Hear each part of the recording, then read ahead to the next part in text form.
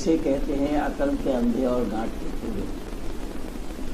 भारत का इतिहास रहा है इस मूर्ति पूजा के कारण ये देश गुलाम हुआ मुसलमानों का। जिसने 16 बार हारा वो 17वीं बार उसी मंदिर के पुजारी को अपने साथ मिला करके इस भारत को अपने कब्जे में किया। ये इतिहास है। इसके बावजूद भी भारत के न मालूम यत्र तत्र कितने मंदिरों को तोड़ा गया। सोमनाथ मंदिर तोड़ा गया, काशी विश्वनाथ मंदिर तोड़ा गया, ये अयोध्या वाला राम मंदिर तोड़ा गया और योगेश्वर कृष्ण के जन्मस्थली के मंदिर को भी तोड़ा गया। कितना प्रमाण है, लेकिन अभी आंखों देखा हाल ये पाकिस्तान में हुआ। पाकिस्तान में एक मंदिर को तोड़ा गया, मूर्तियों को भी तोड़ दिया गया, मंदिरों में आग लगा दी गई और पाकिस्तान सरकार मुख्य दर्शक बन करके देख रही है। खैर सरकार क्या करे वो तो बात की बात है, लेकिन जो लोग ये मानते हैं कि मूर्ति हमारा रक्षक है, मूर्ति हमारी रक्षा करेगी, ये कर सकती है, तो उस मूर्ति का भोग लगाने से क्या फ़ायदा हुआ, उस मूर्ति को पूजने से क्या फ़ायदा हुआ, उस मूर्ति के सामने आरती उतारने से क्या फ़ायदा हुआ, जो मूर्ति इन हिंदुओं की रक्षा नहीं कर पाई। अभी भारत में ही पिछले दिन उड़ीसा में एक मंदिर के आभूषण चोरी हो गई और मंदिर के पुजारियों ने सरकार से गुहार लगाई कि यहाँ पर हमें सुरक्षा गार्ड दी जाए। सुरक्षा गार्ड के द्वारा ही मंदिरों की मूर्ति की रक्षा, जैसे 20 दिन की मूर्ति है, उससे पहले भी यहाँ से बोलपुर शांति निकेतन से भी यही घटना हुई। तो मूर्ति की रक्षा के लिए पुलिस वाले ही तैनात करने पड़ते हैं।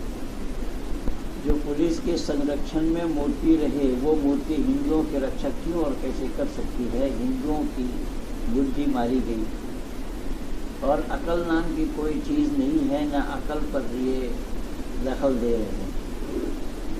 परमात्मा की असीम अनुकंपा है कि हम मानव समाज में आए हैं, मानव हमारा नाम पड़ा है। मत्वा कर्मणि सिद्धि जिसको कहा गया है, मानव वही है जो विचारशील है, विचारवान है, विचारपूर्वक काम करता है, उनको मानव कहा जाता है। लेकिन ये विचारशील कहाँ है, ये तो अकल के अंधे और गांठ के पूरे कहावत को चरितार्थ करने में लगे। अभी अभी आप लोग देख सकते हैं, यद्यपि पाकिस्तान में इससे पहले भी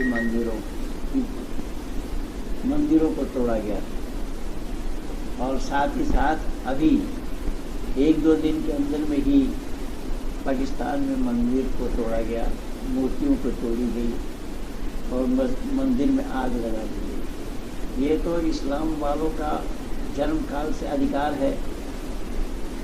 इस्लाम वाले इस काम को करते आए हैं। हज़रत इब्राहिम नाम की पैगंबर ने मूर्तियों को तोड़ा कुल्हाड़ी से और बड़े वाली मूर्ति के कंधे पे कुल्हाड़ी लटका दिया।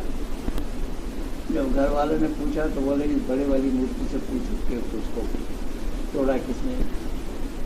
तो इससे भी वो ज्ञान देना चाह रहे थे, तब भी ये अकल ठिकाने में नहीं आई, क्योंकि ये अकल के दुश्मन जो ठहरे। इस तरीके से इतिहास साक्षी है। हज़रत मोहम्मद साहब ने तो 360 मूर्तियों को हटा करके ही मस्जिद की ईजाद की और फिर ये कहते हैं कि मक्केश्वर है, वहाँ पर मक्केश्वर है, और इसीलिए हिंदुओं को जाने नहीं देते कि हिंदू वहाँ चले जाएंगे तो मक्केश्वर जीवित हो जाएंगे। ये जीवित हो जाएंगे या नहीं हो जाएंगे ये तो अलग सी बात है, लेकिन जो मूर्तियों की छक्का छुड़ाई जा रही है उससे मूर्ति कब चेतेंगे, कब जागेंगे और ये हिंदुओं की अकल कब खुलेगी। इसलिए मैंने 2 टुक में ये जीते जागते आंखों देखा हाल आप लोगों को बताना उचित समझा कि ये लोग किस तरीके से अकल के अंदर और गांठ के पूरे हैं कि सच्चाई को मानना नहीं चाहते, सच्चाई के नज़दीक आना नहीं चाहते। और वेद में सर्वथा मूर्ति पूजा निषेध बताया गया है।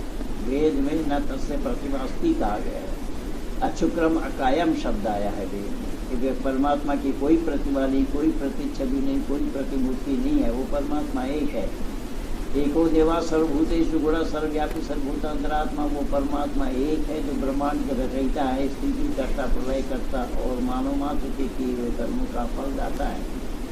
वो कितने हैं तो फौरन वेद से आया है, न द्वितीय न तृतीय चतुर्थ न पञ्चम पंचम न सप्तम सप्तम। तो 10 तक गिनाते हुए कहा गया है क्या है दुनिया वालों के परमात्मा एक है। वो 2 नहीं, 3 नहीं, 4 नहीं, 5 नहीं, 6 नहीं, 7 नहीं, 8 नहीं, 9 नहीं, 10 भी नहीं है। वो तन्हा है, एक है, अद्वितीय है। उस परमात्मा की पूजा करना चाहिए। ओम सनो बंधुर्जनिता सविधाता धामानि वेद भुवनानि विश्वा यत्त देवा अमृतमान शाना स्थिति धामन दय रहे। ऐ लोगों, वह परमात्मा सब लोगों के भ्राता के समान सुखदायक, सब लोगों का नाम, स्थान और जन्मों को भी जानता है, क्योंकि वो सबका गुरु है, आचार्य, राजा और न्यायाधीश भी है। इसलिए सब मिलकर उसी की पूजा करनी, उपासना करनी योग्य है। वेद की अवहेलना, वेद को न मानना और इसके बावजूद भी बड़ी बड़ी लफाजी किए जा रहे हैं ये पोंगा पंडित लोग, और जिनको कुछ भी अता पता नहीं है। और परमात्मा के लिए कहे लोगों, वो परमात्मा सब लोगों के भ्राता के समान, सब लोगों के भ्राता के समान परमात्मा है। तो राजा दशरथ के भ्राता के समान थे मर्यादा पुरुषोत्तम राम, या वासुदेव के भ्राता के समान थे योगेश्वर कृष्ण। इन अकल के दुश्मनों की दिमाग में कभी भी नहीं आ सकती, क्योंकि अकल के दुश्मन जो ठहरे। इसमें भी कुछ लोग काली का दर्शन कर रहे हैं, कुछ लोग और कुछ कर रहे हैं, और कुछ लोग और कुछ कर रहे हैं। ये सब ढकोसला है। इससे सिद्ध हो रहा है, इस प्रमाण मिल रहा है कि प्रमाणित होने के बावजूद भी जो उस अंधकार में विचरण करे, तो ऐसे लोगों को क्या दाद दिया जाए। इसीलिए मैंने 2 टुक में ये जीते जागता हाल आप लोगों के सामने प्रस्तुत करना उचित समझा। कल मैं रात को ट्विटर में भी लिखा था यही बात, इसलिए मैं वीडियो में आप लोगों को अपनी बात पहुंचाना उचित समझा। इसमें भी कोई काली का दर्शन कर रहे हैं, कोई किसी का दर्शन कर रहे हैं, कोई और का दर्शन कर रहे हैं, जबकि काली दर्शन करने की चीज़ नहीं है, काली देखने की वस्तु नहीं है, वो आँख का विषय नहीं है। अगर हम माने परमात्मा को माता पिता बंधु सखा है, इसलिए उसको अगर माँ माने तो काली मानेंगे, तो भी काली का दर्शन करना संभव नहीं है। इसके बावजूद भी लोग लफाजी किए जा रहे हैं कि काली का दर्शन हुआ। ये बेकार और फजूल की बातें हैं। जब तक इस अंधकार से प्रकाश में नहीं आएंगे, तब वो मानव कहलाने के हकदार या अधिकारी नहीं बनेंगे। इसीलिए हमारे सारे ऋषि मुनियों ने हमें वेदों की तरफ लौटने के लिए बोला, बैक टू वेदास।